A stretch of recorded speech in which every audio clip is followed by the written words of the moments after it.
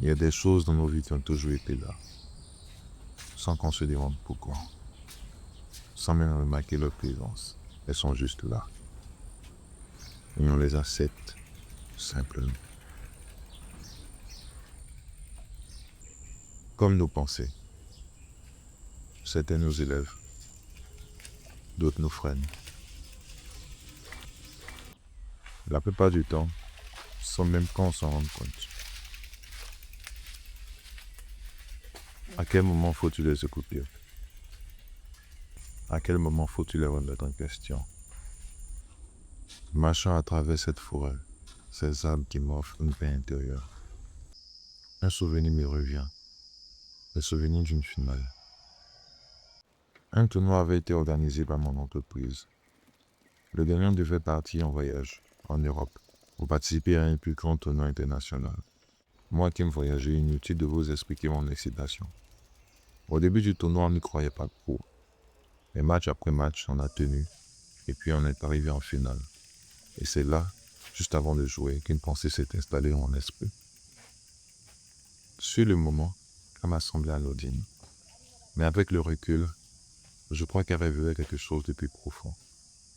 Elle me faisait croire que certaines personnes étaient faites pour gagner. Des personnes disciplinées.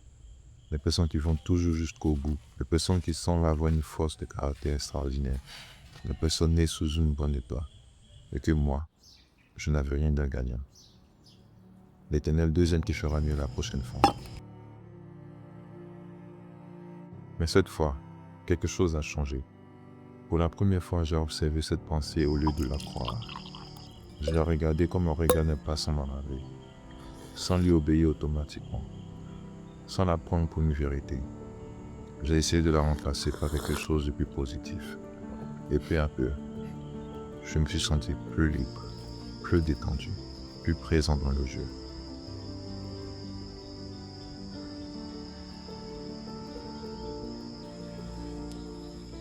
Finalement, nous avons perdu la finale. Mais ce jour-là, je suis rentré chez moi avec quelque chose de plus précieux qu'une victoire. Une conscience nouvelle de ce qui se passe dans mon esprit.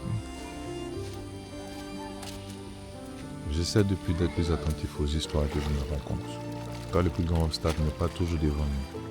Il se trouve parfois dans notre manière de nous définir. Dans ces phrases qu'on répète tant qu'elles finissent par ressembler à des vérités, alors qu'elles ne sont que des habitudes de pensée. Et peut-être que c'est là que commence la vraie liberté.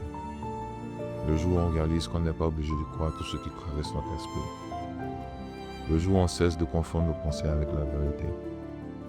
Le jour où on cesse de se perdre dans la forêt de son propre esprit.